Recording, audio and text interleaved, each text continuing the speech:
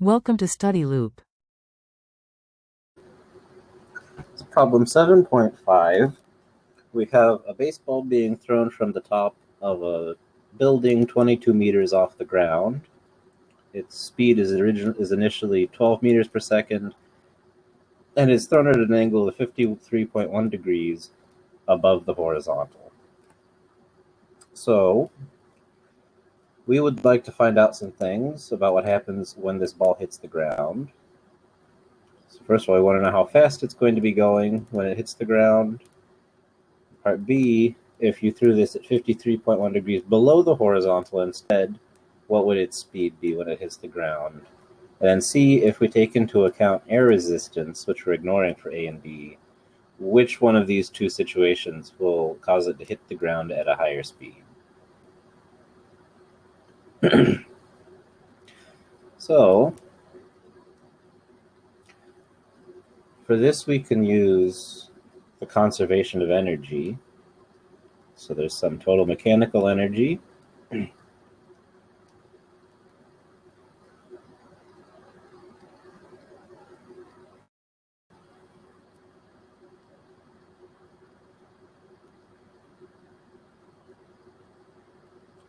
Which is the kinetic, the potential, and then any work that's done is equal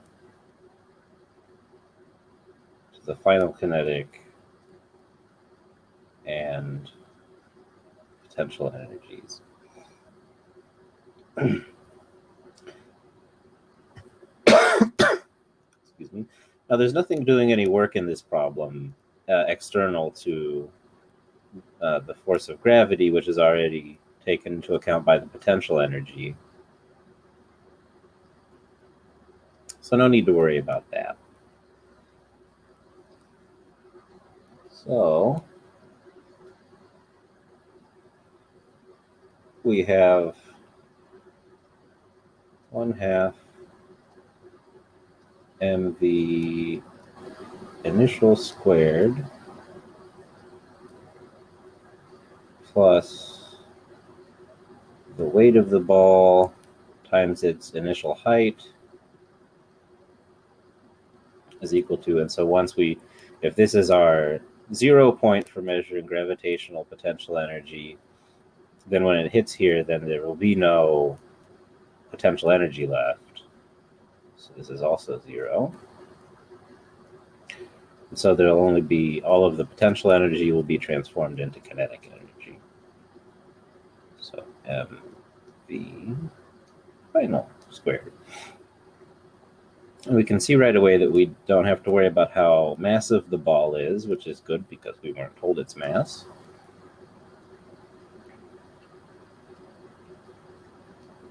And so the final speed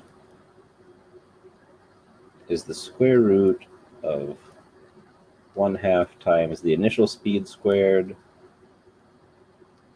plus the acceleration due to gravity times the initial height, the 22 meters. And so this works out to be 24, well, if I draw that like a 2, 24 meters per second.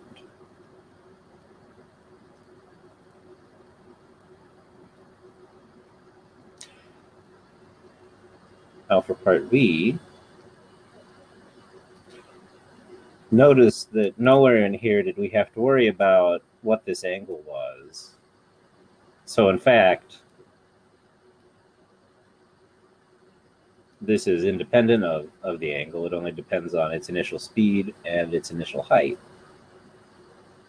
So other than realizing this fact, we don't actually have to do anything else.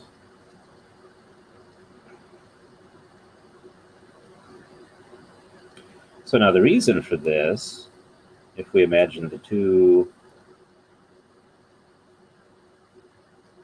situations that we could have,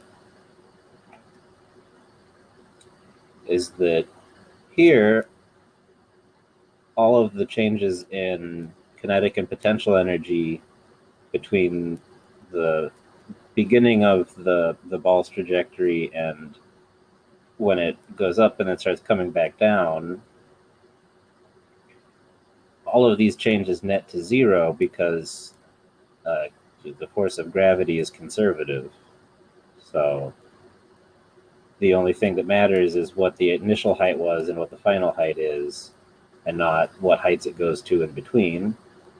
So if we're neglecting any non-conservative forces like air resistance, it doesn't matter which way you throw the ball, it'll hit the ground at the same speed. However, if we do have air resistance, that's non-conservative, and so the path it takes does matter. And in this case, it's moving a shorter distance in case B.